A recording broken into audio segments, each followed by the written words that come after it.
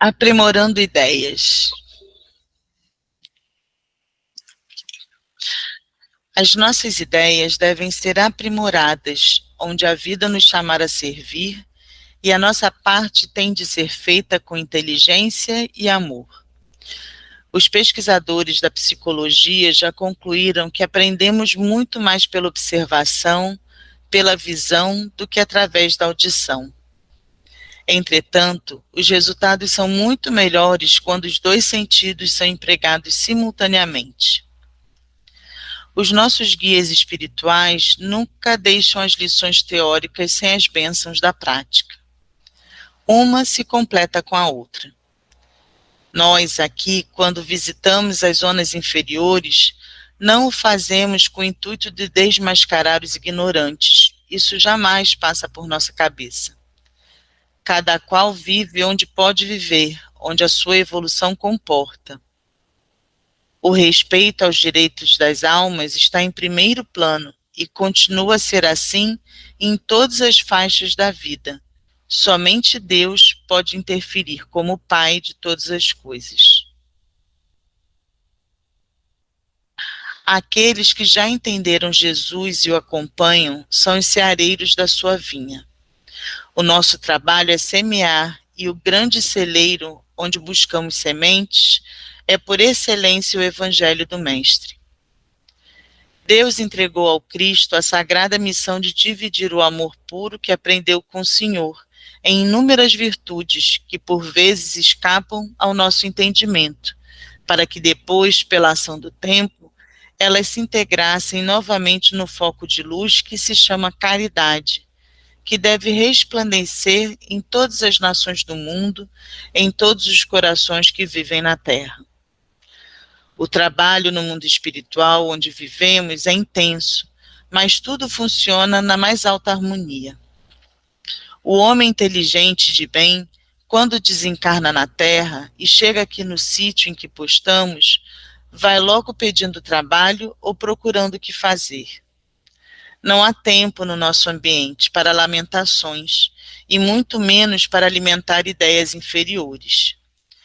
O avanço é permanente e todos procuram a libertação espiritual. Se nós tentarmos ideias e pensamentos que não estejam nas regras do amor, sairemos do ambiente da serenidade, que é a nossa colônia, e alcançamos por sintonia os lugares compatíveis com que pensamos e vivemos. Essa é a verdade absoluta como justiça real.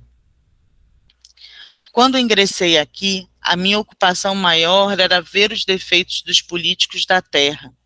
Era criticar os livros mal informados. Era o volume de ignorância que punha o mundo a perder. Enquanto não saí disso, nada pude fazer em meu benefício, nem em favor dos outros. Esse erro é difícil de ser visto por quem o comete, pois ele vem da cegueira espiritual. Enquanto estivermos comentando as coisas negativas, não estaremos construindo e deixamos de fazer o bem que Deus nos pede realizar. Rogamos aos homens da terra para mudarem com urgência o modo de ser, se ainda não o fizeram, e que se deem as mãos com firmeza para as mudanças elevadas no aprimoramento das ideias com Jesus Cristo. O mecanismo dos nossos pensamentos ainda escapa às nossas deduções. A nossa razão ainda é fraca para o devido entendimento. Contudo, temos em mente os rudimentos para entendermos a sua escalada na grandiosidade da vida. Podemos chegar a alturas imensuráveis pela educação da mente, chegar a ponto de participarmos na criação das coisas e, diante de Deus, sermos co-criadores. Essa é, pois, a mente iluminada pela sabedoria e pelo amor. Há no mundo, e mesmo no plano rente à terra, muita gente esperando a volta do Cristo, descendo de sobre as nuvens. Perguntamos a esses irmãos: o que o Senhor vem fazer novamente na terra? curar com o toque das suas mãos enfermos que precisam mais de enfermidade do que da própria saúde? Jesus viria mudar o curso da política financeira, as ideias religiosas e ver os homens continuarem do mesmo modo? Jesus com certeza viria trazer o céu à terra para os homens morarem neste céu com todas as suas inferioridades? Qual seria o destino deste céu? O Cristo viria ajudar aos homens no despertar dos seus poderes, com um passe de mágica, e de que modo esses homens iriam usar esses dons? Jesus, meus irmãos, já veio, e nós não o conhecemos. Precisamos reconhecê-lo para que ele more em nossos corações. Não precisamos de nada mais para nossa felicidade, além daquilo que ele nos ofertou na sua vinda há quase 2000 anos atrás, o Evangelho. Elisa, Sim. Nesse parágrafo eu achei maravilhoso, porque a gente se prende muito a isso, né? A gente vê até no meio até no espírita mesmo, né? Aquela coisa, que mensagem maravilhosa, que ensinamento lindo, olha quanta novidade. E é exatamente o que ele fala aqui, né? Estamos esperando o Cristo. Esperando para quê? Ele já veio, já falou. Então, se a gente pegar essas mensagens todas, que mensagem linda, que mensagem de ensinamento maravilhoso. Se a gente voltar até o tempo muito antes de Jesus, até os escritos de muitas crenças orientais, até da própria yoga, tem mais de 5.000 anos, mais de 5 anos, que falam exatamente a mesma coisa. E a mensagem que a gente recebe, por exemplo, de um espírito ontem, que para quem está ouvindo aquilo pela primeira vez, acha uma coisa deslumbrante, para quem está há muito tempo, eu tenho certeza que já ouviu a mesma mensagem 30 anos atrás, 50 anos atrás. Se for ler Kardec com atenção, vê que ele fala isso há 200 anos atrás. E é exatamente isso. Não tem novidade. Não tem nada a ser ensinado de novo, não. Eles vêm repetindo a mesma coisa por exatamente isso. Enquanto a gente não fizer a nossa parte, não adianta, Jesus vai voltar para quê? Para falar tudo que ele já falou, para fazer tudo que ele já fez. Isso ele já fez. Agora está na hora da gente fazer a nossa parte. A gente se conscientizar de fato do que é para ser feito.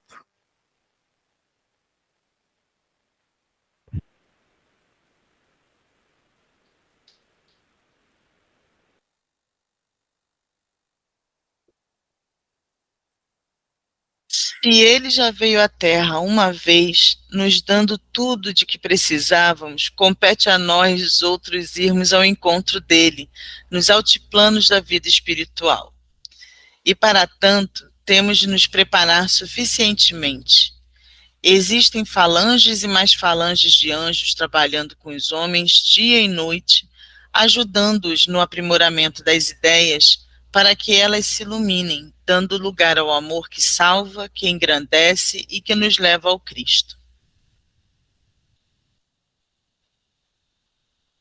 Estávamos passeando nos jardins da colônia. Flores emitiam claridades de cores variadas e recendiam em fragrâncias diferentes que nos embriagavam a todos. Passavam por nós grupos de espíritos travando conversações, talvez como as nossas, comentando trabalhos, planejando viagens e coletando dados para melhor servirem. Alguns já conheciam companheiros do nosso grupo e cumprimentavam-se mutuamente, manifestando alegria. Sentia meus pulmões se encherem de ar puro, dando-me uma agradável sensação de bem-estar. Outros espíritos estavam assentados nos bancos entre as flores, lendo livros e comentando trechos das obras com contentamento. As estrelas brilhavam de modo diferente do que o que os homens contemplam. Elas eram mais vivas e a gente sentia sua luz como sendo uma mensagem de paz e trabalho. Permanecer na colônia é uma coisa maravilhosa, é sentir a vida mais presente. No entanto, o dever nos chama por intermédio da consciência para ajudar a quem permanece no mais baixo. O umbral nos oferece oportunidades grandiosas para que conheçamos uma luz mais dignificante. Jesus está mais presente onde existe sofrimento, onde a dor acicata, pois foi ele mesmo quem disse: bem-aventurados os que sofrem, porque serão consolados. Nós podemos e devemos ser um instrumento de consolação daqueles que sofrem e choram, para que possam alcançar a ascensão espiritual. A música se fazia presente nas correntes de ar que respirávamos, pois ela constitui alimento das almas que procuram harmonia no concerto do universo. Os sons nos davam a impressão das águas do mar calmo, onde os peixes em cardumes sensibilizam ainda mais as moléculas desse líquido sagrado em um canto que somente os deuses podem entender. Demoramos em uma praça encantadora, onde desenhos de estrelas feitos pelas plantas nos mostravam o céu na terra.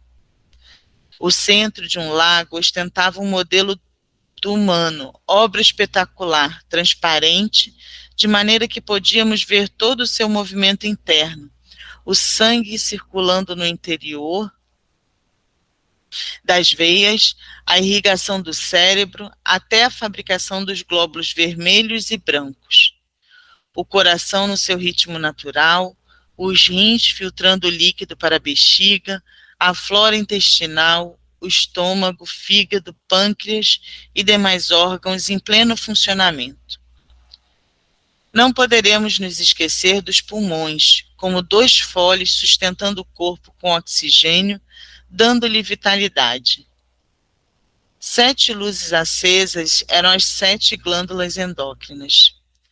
Víamos os roteiros abertos pelos meridianos, dando passagem à energia cósmica com a qual o baço pulsátil supria a carência orgânica. Os filamentos quase invisíveis da rede nervosa visitavam todo o complexo estuante incompreensível do corpo humano. Observei a medula espinhal com o seu potencial energético e ainda invisível aos olhos humanos. Tive a oportunidade de observar algumas células, maravilha das maravilhas, do corpo humano, e analisei na frequência que um aparelho ao lado podia mostrar a intimidade dessas células que são antenas vivas, com poderes transcendentais ainda escondidos nas dobras do tempo. O núcleo é como que agitado por energia divina em forma de plasma, ou força nervosa. A bainha de mielina dá passagem à força poderosa para visitar o axônio e irrigar as raízes com fibras mais sutis. Suspirei intimamente, extasiado. O corpo humano é dotado de beleza rara e constituído por uma sabedoria que escapa à nossa razão. Tive o ímpeto de ajoelhar e gritar: Deus existe. Mas lembrei-me logo de que eu sabia que ele existe. Emocionado, em gratidão à obra do Criador, chorei. Quando acabei de chorar, olhei para o lado e fiquei estático, mais alto, quase invisível. Eu via o mesmo corpo em desdobramento e notava-se com bastante clareza o cordão de prata ligando um ao outro. Ele começava bem invisível no corpo, que representava o físico, e terminava no perispírito. Fiquei abismado com o porte do segundo corpo. Superpostos aos mesmos órgãos, mas bem visíveis, lá estavam os centros de força localizados no corpo astral. Que coisa linda! Que Deus abençoe os homens, a fim de que eles compreendam a riqueza que possuem. Quando fui olhando ao redor, comecei a observar os muitos corpos usados pelo Espírito imortal. Joia rara, obra-prima de Deus. Não pude observar os detalhes, por não suportar a grandeza que engendra a vida nos vários corpos do Espírito. E o mais interessante é que somente vemos os outros corpos, começando pelo que representa o físico. Aí a vida vai se abrindo e, na sequência, ganhamos os outros. Miramês veio meu auxílio, por notar minha confusão mental, e disse com tranquilidade: Lancelã, tem muita coisa aqui na colônia que se encontra invisível a muitos olhos, por lhes faltar visão para ver. No entanto, o tempo vai nos mostrando gradativamente a verdade que podemos suportar. Dá graças a Deus pelo que puderes observar, porque a gratidão nos alarga os sentimentos de amor no coração. Nós ainda estamos nos rudimentos do saber em relação aos espíritos puros. Senti, vi e notei que a verdade também pode perturbar quando não estamos preparados, e me lembrei desta máxima oriental: a água aparece quando o poço está pronto. Miramês, para completar o que faltava na minha observação, complementou: olha, meu filho, no aparelho ao lado, que poderás verificar em tamanho aumentado as células nervosas. A tua acuidade mental esqueceu dos outros dispositivos em sequência, que poderiam te mostrar com rara perfeição os órgãos sexuais do homem na sua estrutura. Na tela, por efeitos eletromagnéticos, os espermatozoides aparecem nadando no esperma como cardumes de peixes em busca de algo que lhe possa completar. E mais adiante, o encontro com o óvulo, o acasalamento, de onde surge a vida do corpo físico e os primeiros laços do espírito ao corpo. Em outra sequência, verias o trabalho do cérebro com todas as suas divisões, facultando a função dos sentidos humanos para que se expressem no mundo com todos os seus detalhes. E ainda mais notarias o grande fenômeno do metabolismo celular, os olhos humanos em exercício, em muitas outras coisas que depois poderás observar com mais tempo e tranquilidade emocional. Tive ímpeto de voltar à observação mais profunda. Entretanto, algo dentro de mim me falava: basta, Lancelã, por hoje é só. Tudo em excesso é prejudicial e nos coloca em desespero. Fiquei contente com o que tinha visto e aprendido. Alguma coisa que estou escrevendo não representa nem 10% da realidade, pois a linguagem é fraca para traduzir o que sentimos aqui e o que analisamos, bem como também pela minha condição de aprendiz primário na ciência do espírito. Uma coisa eu vos digo, é fascinante. Nesse transe de aprendizado é que fiquei conhecendo mais ou menos o que é o corpo humano. As 7 maravilhas, classificadas como tais na Terra, todas juntas, ainda ficam longe de poderem ser comparadas com o corpo humano. Ele partiu de uma ideação divina, e a beleza maior é que ele acompanha o progresso no seu empuxo evolutivo. Miramês estava ao meu lado, e pude fazer-lhe outra pergunta que se manifestava sempre em minha mente. O nosso irmão poderia nos dizer por que ainda não trouxemos alguns dos irmãos em treinamento de viagens astrais conscientes aqui à colônia? Seria um passeio agradável para eles. Por que não fazemos isso?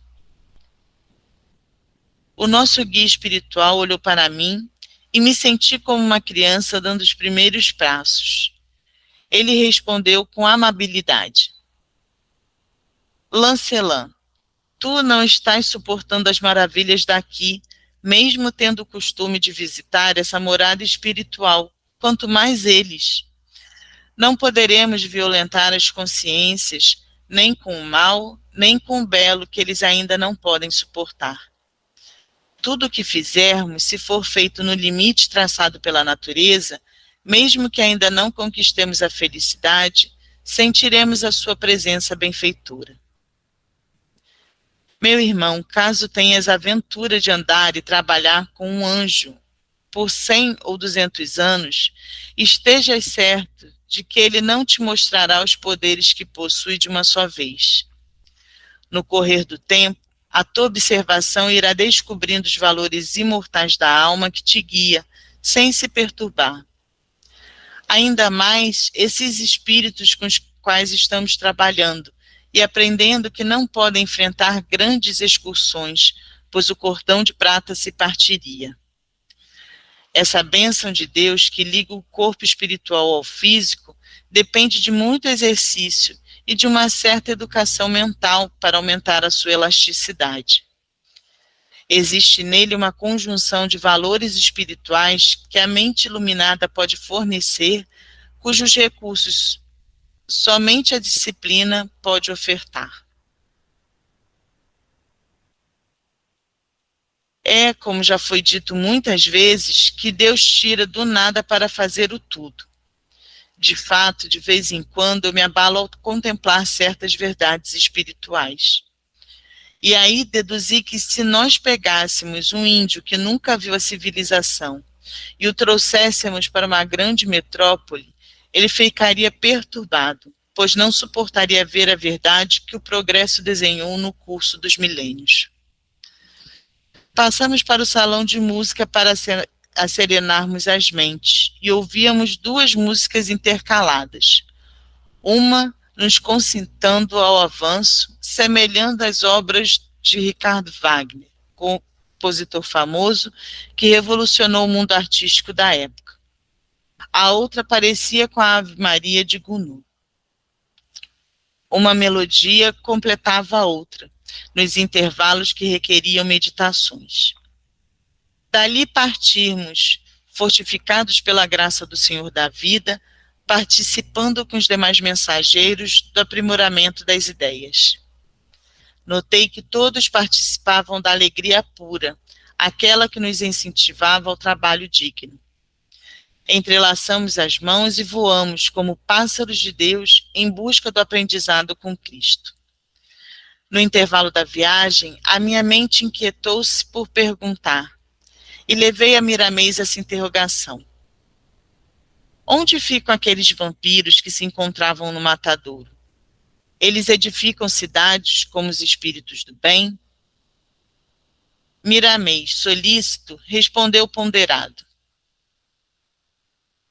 Meu filho, não existe preguiça total nem quem deixe de fazer alguma coisa em seu próprio benefício. Essas entidades, por mais lerdas que sejam, procuram também um pouco de conforto e, por vezes, constroem habitações no limite das habilidades, mas sempre usam os fracos para o trabalho mais pesado. Os mais inteligentes os comandam com aspereza, sem compaixão. Muitos deles residem nos próprios matadouros, outros em casas abandonadas que os homens relegam ao esquecimento e alguns até nos arvoredos. Em época de guerra, estão sempre nas frentes de batalha, sugando a energia dos que tombam sem vida, disputando cadáveres como aves de rapina. Eles procuram também aprender com os homens nas guerrilhas, como invadir cidades, e tentam ocupar as comunidades que construímos para o bem da humanidade, por já estarem prontas. No entanto, nada conseguem com a covardia e o egoísmo de que são dotados. Para isso, tomamos sérias providências. Alguns deles, isolados ou em grupos, moram em cemitérios. Todavia, de vez em quando, são desalojados dos lugares que escolheram para viver. A lei é igual à da terra. Quem ocupa um imóvel que não adquiriu está sujeito a sair a qualquer momento. Há lutas também entre eles, grupos com grupos, para tomar lugares ocupados. É, pois, uma verdadeira inquietação, existindo total desarmonia. Pus então as mãos na cabeça, admirado, e monologuei no silêncio dos recursos mentais. Como é feliz quem se esforça para praticar o amor. Se eu tivesse o direito de sair pelas ruas gritando e pudesse fazê-lo, não teria nenhum acanhamento de expor essa necessidade humana e espiritual da qual também sou carente. A prática do amor, mas do amor que se fez conhecido pelo Verbo de Cristo.